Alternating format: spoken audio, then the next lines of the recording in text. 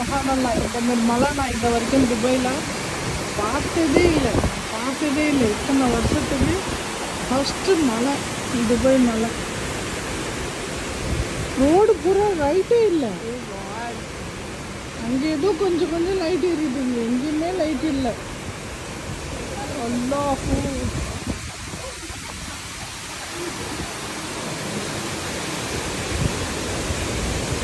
இல்லை காற்று வேற, இதில் காற்று வேற அடிக்குது. இங்கே பாருங்க.